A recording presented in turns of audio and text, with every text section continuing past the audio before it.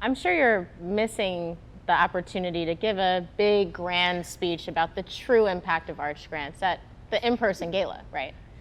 No, I mean, sure, that's a great opportunity every year, but truly, the impact of the work that all of you are doing is really, really what matters. Oh, but I have a feeling you have a speech prepared, though, right? Just in case we get to be in person.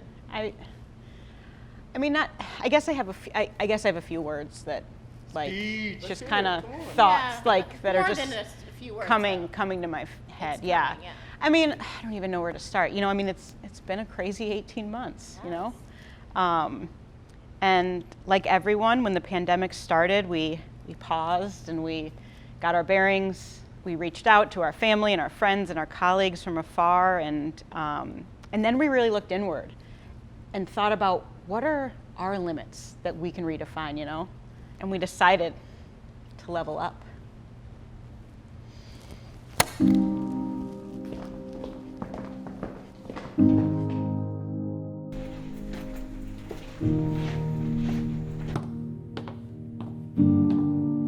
Lights. This feels right. And how does an organization like ours do that? We turn to our most valued asset, our founders, and ask them what they need, where they see the gaps. They told us that the ecosystem needs to remain strong and that the pipeline has to continue to be robust. And so we partnered with incredible companies like NISA and Bank of America and so many others throughout this region to increase our pot of funding. And in 2021, we're funding 70% more companies than ever before. 34 companies are joining the Arch Grants family this year. And these companies represent every sector and every industry, from e-commerce and consumer packaged goods, to geospatial and AI and machine learning, to ag tech and life sciences, and so many others. And our founders told us that while the $50,000 is absolutely critical at their earliest stages of growth, there continues to be a need for additional capital as they grow and scale. And so we looked at our newly announced Sustained Impact campaign and figured out a way to not only provide our founders with that additional capital, but to give them a leg up while we do it. Through our Growth Grants program, for the first time ever this year, Arch Grants companies have the opportunity to apply for up to $100,000 in additional non-dilutive capital to not only give them the runway they need to continue to grow, but to help de-risk investment dollars as they close their round.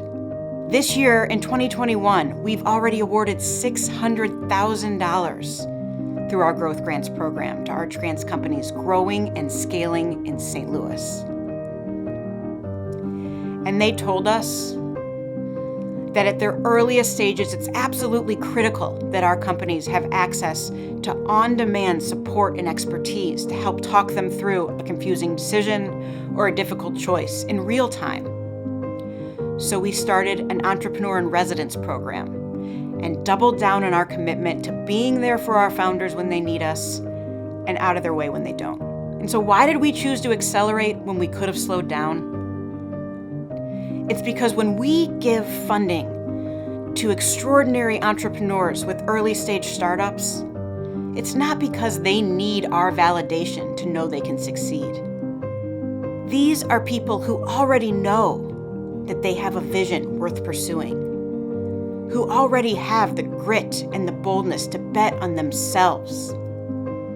They're looking for others who see the potential that they see and who are willing, no matter the circumstances, to make sure they know that they have their back and they're willing to put their money where their mouth is.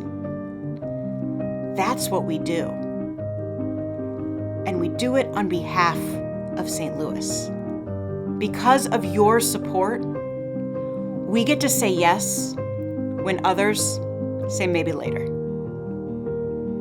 And through that process, the 34 companies joining the Arch Grants cohort this year, and the 173 companies who have made that same commitment over the past 9 years, are telling this region something that some of us already know, but others still aren't sure about.